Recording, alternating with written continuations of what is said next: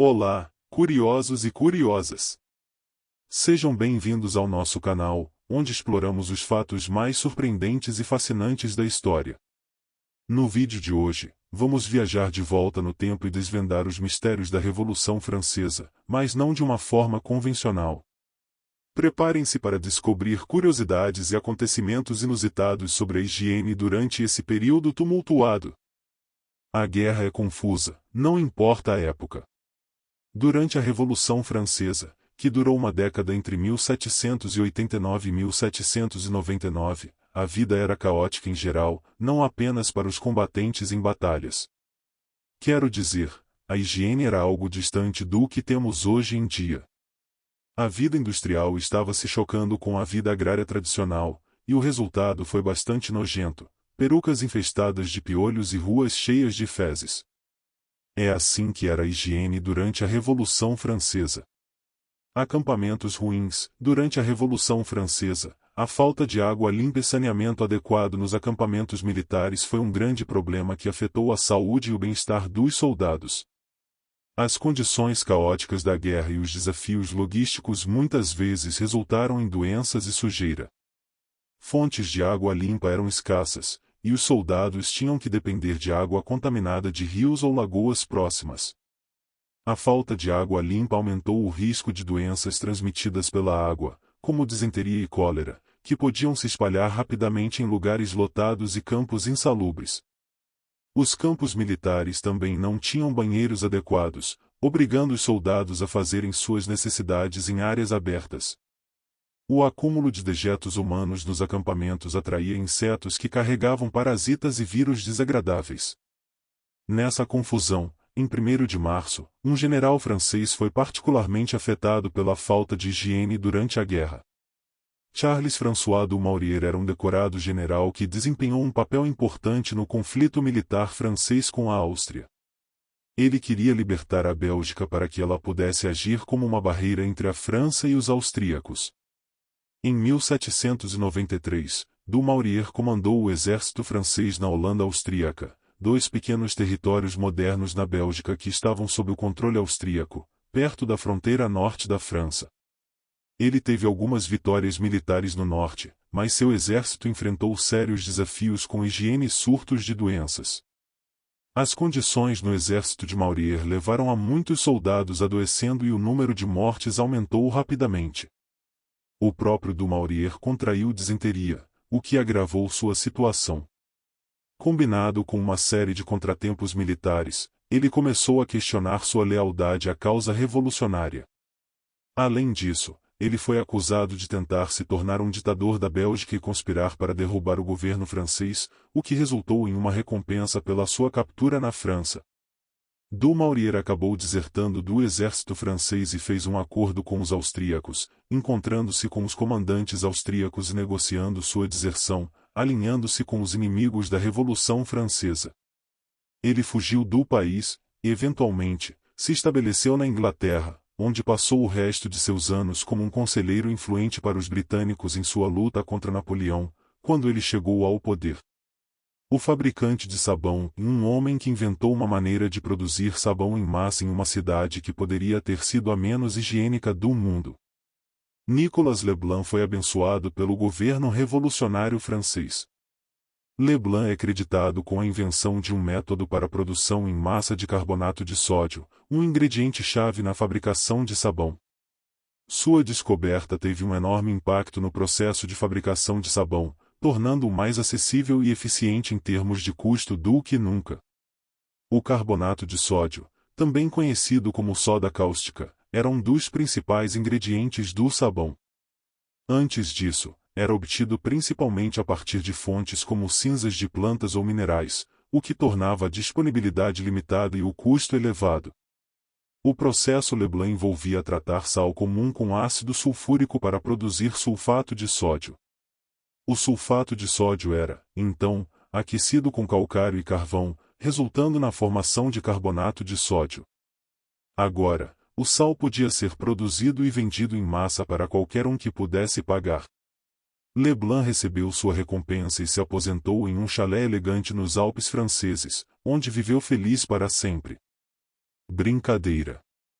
Na verdade, Leblanc nunca recebeu sua recompensa e teve que construir uma fábrica de carbonato de sódio, que foi confiscada pelo governo em 1793.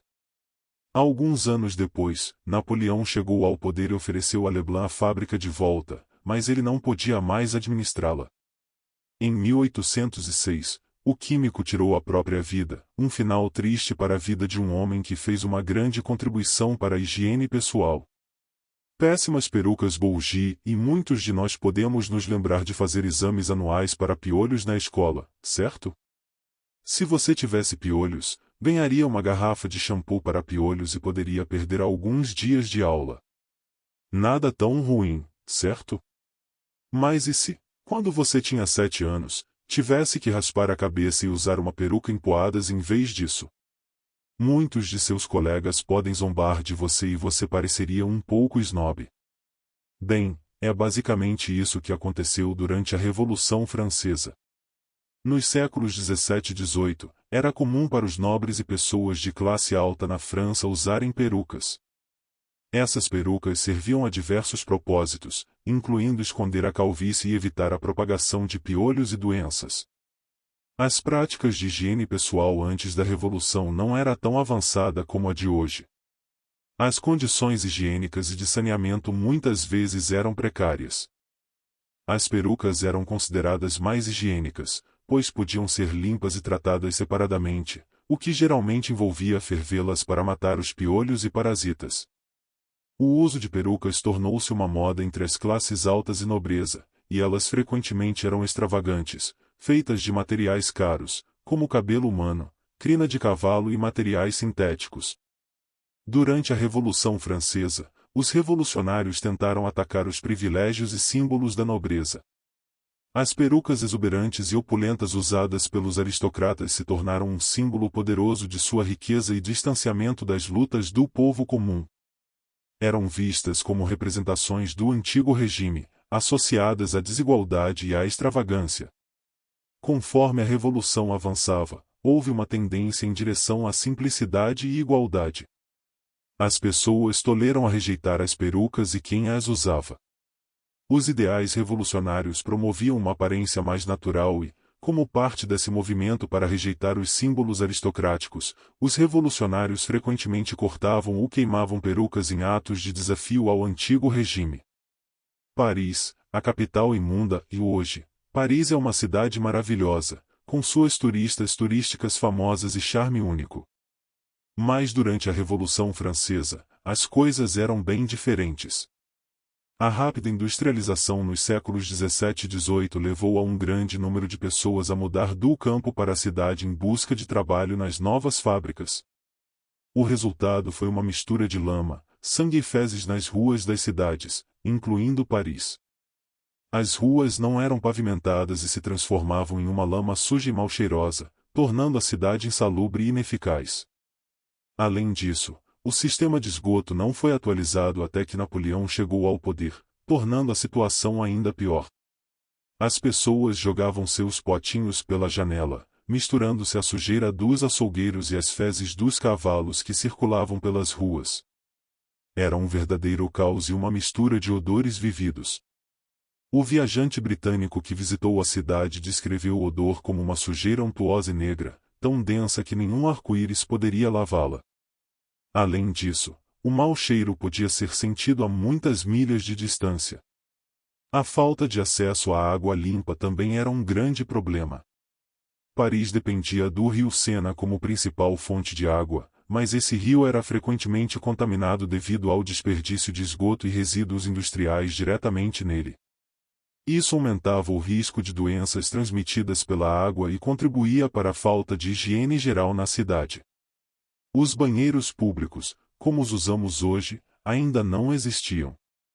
As opções para limpeza após fazer as necessidades foram bastante atendidas, incluindo o uso de casca de milho, pedras lisas, conchas e até mesmo restos de lã.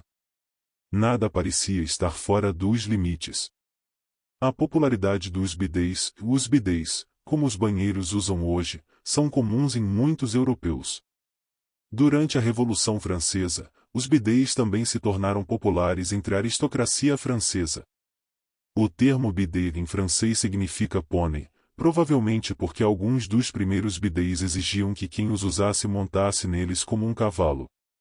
Os bidets eram posicionados no chão e se assemelhavam a pequenas banheiras com formato arredondado ou oval.